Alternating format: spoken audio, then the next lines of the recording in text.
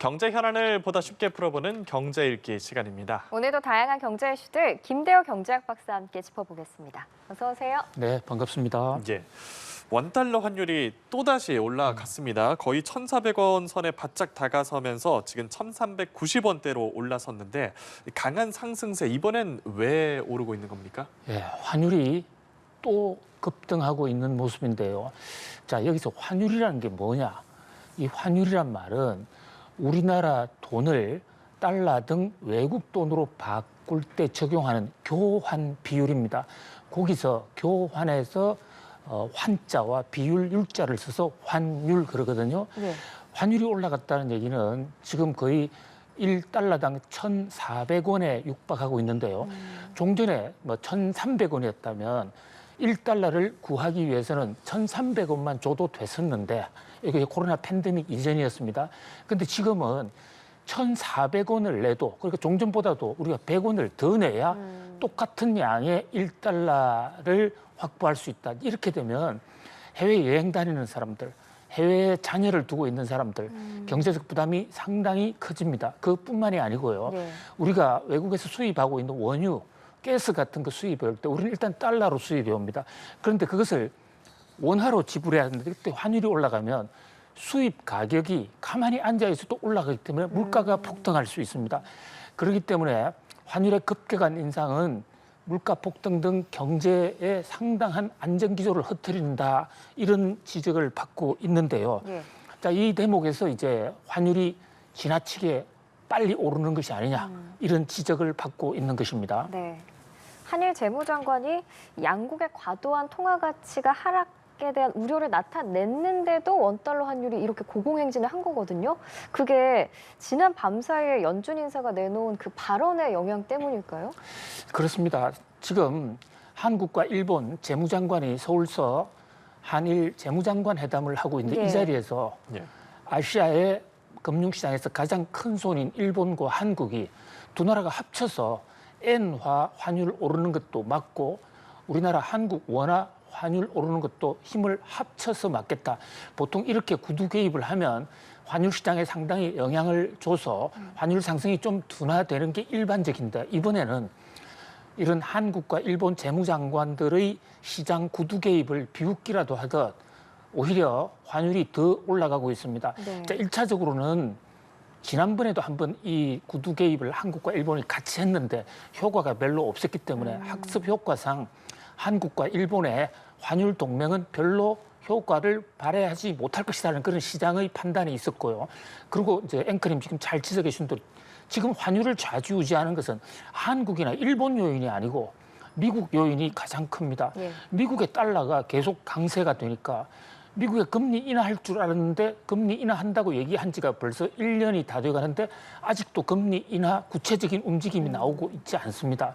거기다가 미국 연준 FOMC 보먼 이사람 분이 밤사이에 미국은 금리 인하가 아니라 반대로 금리 인상할 수도 있어. 예. 미국의 물가 안 잡히고 있다.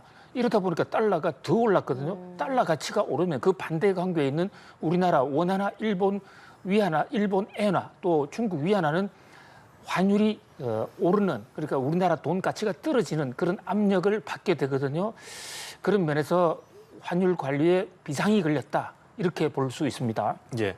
일각에서는 뉴욕 증시에서 기술주가 반등하는 등의 위험 선호 심리가 이 환율 상승폭을 축소하는 요인으로 지목을 하고 있는데 어떻게 생각하시는지, 그리고 원달러 환율 정말 1,400원 넘을 가능성이 있다 보십니까? 예, 1,400원이라는 얘기가 일종의 심리적 마지노선인데요.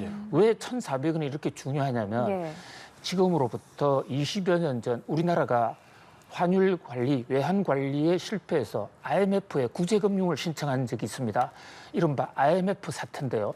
그때 1997년에 우리나라 환율이 마구 올라갔었고 그때 최종적으로 구제금융 신청하기 직전에 얼마까지 올라가면 1,398원까지 올라갔습니다.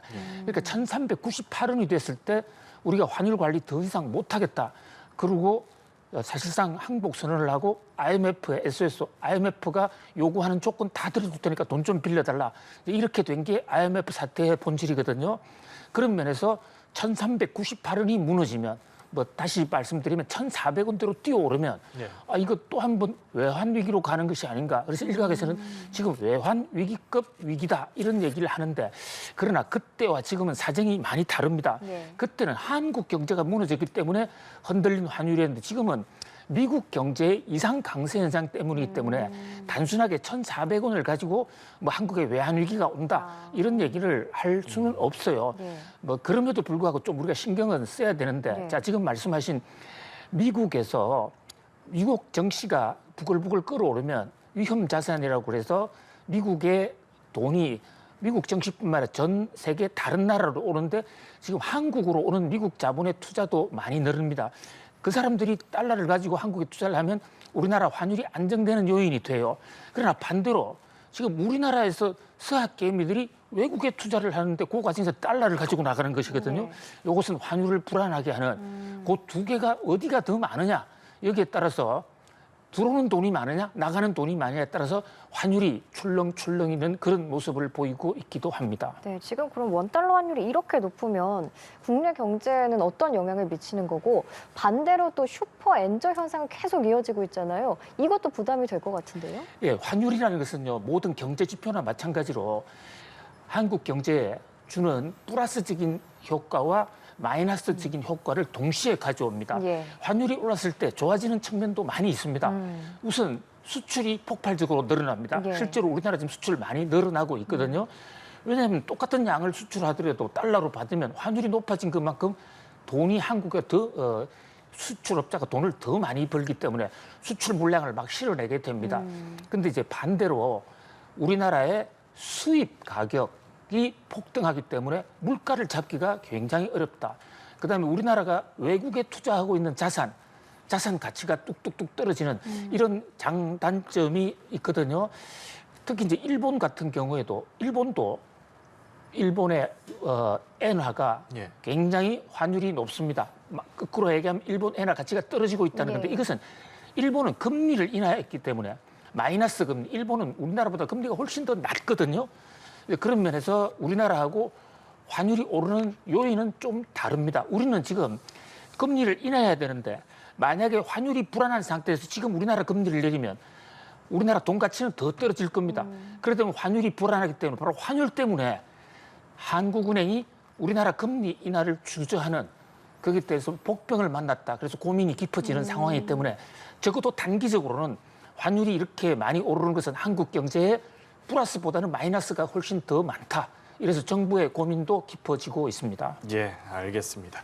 최근에 하락세를 보였던 엔비디아의 주가 얘기 한번 해보겠습니다. 4거래일 만에 반등에 성공을 하고 시총 3조 달러도 회복을 했거든요. AI 거품 우려까지 나왔는데 분위기가 순식간에 또 바뀐 느낌이에요. 한마디로 널뛰기, 롤러코스터 장세다 이렇게 볼 수가 있습니다. 최근에 엔비디아가 3영업일 연속으로 떨어지면 13%가 떨어졌거든요. 네. 예. 그런데 밤사이에는 7%가 올랐습니다. 이렇게 단기간에 10% 가까이 오르고 내린다. 이것은 정상적인 금융 상품을 넘어서서 거의 투기 자산 상황에까지 이르렀다. 이렇게 보는 시각도 있는데요. 그것은 AI를 바라보는 또 AI 때문에 지금 주가가 급등하고 있는 AI 대장주 엔비디아 주가가 너무 높은 것이 아닌가 하는 그런 걱정. 아니면 AI는 앞으로도 랠리가 계속될 거니까 주가가 오를 것이다. 그렇게 엔비디아를 바라보는 시각보다 더 근본적으로는 AI를 바라보는 시각에 시장에서 판단이 크게 다르기 때문에 사자는 세력과 팔자는 세력이 지금 엇갈리고 있다. 물론 장기적으로 AI는 당분간 산업의 원동력으로 작용할 겁니다. 그러나 주가는 그 회사의 주가가 많이 올랐을 때는 아무리 AI의 가능성이 높다 하더라도 밸류에이션 때문에 또 조정을 받거든요. 예. 그런 면에서 투자하시는 분들은 단순히 AI가 앞으로 잘 된다라는 건 물론 중요합니다만 예. 그거에 못지않게 그 회사 주가가 높으냐 낮으냐 하는 PER 지수, PBR 지수 이런 것도 같이 챙겨볼 필요가 있습니다. 어제까지만 해도 뭐 엔비디아가 고점 찍고 내려오는 거 아니야 이랬는데 오늘 다시 반등을 했잖아요. 아직 그러면은 앞으로 어떻게 될지는 모르겠네요. 뭐 고점을 찍은 건 아닌 그렇습니다. 그러니까 정권 시장의 시세는 하늘도 모른다라는 이런 얘기가 있는데요. 예. 결국 주가가 오르고 내리는 것은 사자는 사람이 많으면 주가는 오르고 팔자는 세력이 많아지면 그렇죠. 이 주가는 떨어집니다. 네. 근데 최근에 이제 주가가 13%라 급락 떨어지게 됐던 것은 AI가 이제 끝났다 이런 것보다는요. AI는 계속 잘 되겠지만 그러나 엔비디아 주가가 회사 주가가 너무 많이 올랐어. 이런 우려. 사실 엔비디아라는 게 2년 전만 해도 덧도 보다 못한 덧보잡 반도체 회사였는데 예. 이게 우리나라 삼성전자보다도 훨씬 크고 지금 엔비디아 주가가요. 엔비디아 한 회사의 시가총액이 예. 우리나라 모든 상장사, 코스피에 있는 코스닥에 있는 코넥스 있는 수천 개 상장사의 시가총액을 다 합한 것보다도 엔비디아 시가총액 하나가 더 많습니다. 그러다 보니까 너무 높은 것이 아니라는 걱정. 그것 때문에 떨어졌었는데 또 한편으로 생각해 보니까 아무리 높다 하더라도 AI가 잘 될 거잖아. AI의 반도체를 독점 공급하고 있는 엔비디아 잘 될 거잖아. 또 이런 세력들. 그래서 사자, 팔자 세력이 팽팽하게 경쟁, 아주 세력 다툼을 하고 있다. 이렇게 볼 수 있겠습니다. 근데 요즘은 사람들이 국내 주식보다는 해외 주식에 훨씬 투자를 많이 하는 것 같던데 그건 왜 그런 거예요? 네, 이제 그 대목이 동전의 양면처럼 우리나라도 적극적으로 뉴욕 증시의 주인이 된다. 어떻게 보면 달러를 주가가 오를 때 달러를 돈으로 벌 수도 있지만은 그러나 우리나라의 금융시장에 들어가야 될 돈이 과거 같으면 한국 코스피나 코스닥에 들어갔을 돈이 지금 미국으로 빠져나가고 있습니다. 그것은 그 우리나라 증권시장보다 미국 증권시장이 훨씬 더 뜨겁게 많이 오르기 때문에 뭐 가는 것은 인지상정일 것입니다. 예. 그런데 현재 우리나라는 이제 밸류 코리아 디스카운트라 얘기해서 똑같은 조건이라도 한국에서 주가가 좀 덜 올라가는 예.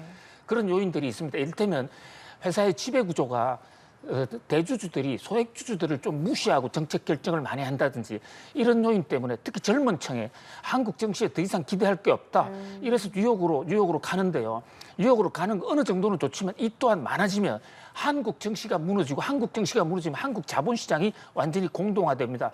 그런 면에서 우리나라 정권시장도 좀 사랑해 줘야 되고요. 또 정부 입장에서도 경제 당국에서도 한국의 밸류와 코리아 디스카운트가 없어지도록 한국에 투자한 것이 돈을 더 많이 번다. 코리아 프리미엄, 코리아 어떤 이 김치 프리미엄이 좀 생겨나도록 정책도 여러 가지로 우리가 같이 노력을 해야 되지 않을까 이런 생각을 해봅니다. 예, 투자자들이 좀 사랑할 만한 그런 대안을 좀 마련을 해주면 좋을 것 같네요. 그렇습니다. 예. 월급 빼고 다 오른다 이런 말 요즘에 다들 피부로 와닿고 있는데 편의점에서 판매하는 김밥류, 안주류 등 일부 자체 브랜드 상품 가격이 다음 달에 가격 인상 대열에 합류를 한다고 합니다. 얼마나 더 오를 예정입니까? 그렇습니다. 지금 세계 경제가 전반적으로 물가 때문에 고통을 받고 있는데 우리도 만만치가 않습니다. 정부의 CPI 소비자 물가지수 발표를 보면 2%대로 떨어져서 곧 금리 인하할 수도 있지 않겠는가. 총량적인 면에서는 분명히 그렇습니다. 그런데 우리가 바로 먹고 살고 입는 의식주, 그중에 특히 먹는 먹거리 물가가 여전히 내려가고 있지 않습니다. 그러다 보니까 사람들이 물가 인하를 체감하지 못하고 결국은 이 기대 인플레, 앞으로 물가가 계속 오를 것이다 하는 이런 어떤 심리도 더 많아지고 있는 상황인데요. 지금 잘 지적해 주신 대로 가장 서민들이 많이 이용하는 대형마트나 거리의 편의점, 이 편의점에서의 최후의 보루라고 했던 그 편의점이 예. 자기 신용으로 팔고 있는 프라이빗 상품, 이 프라이빗 상품은 다른 회사에 발주를 주는 게 아니기 때문에 중간 마진을 뺄 수가 있거든요. 그렇죠. 그런데 이쪽 삼각김밥이라든지 무슨 채소김밥 이런 가격도 뛴다. 그런 면에서 서민들의 고통은 점점이라기보다도 아직도 해소되고 있지 않다. 여전히 물가는 잡아야 될 과제다. 이렇게 볼 수 있겠습니다. 예, 알겠습니다. 오늘 경제학계 김대호 경제학 박사와 함께 짚어봤습니다. 고맙습니다. 감사합니다.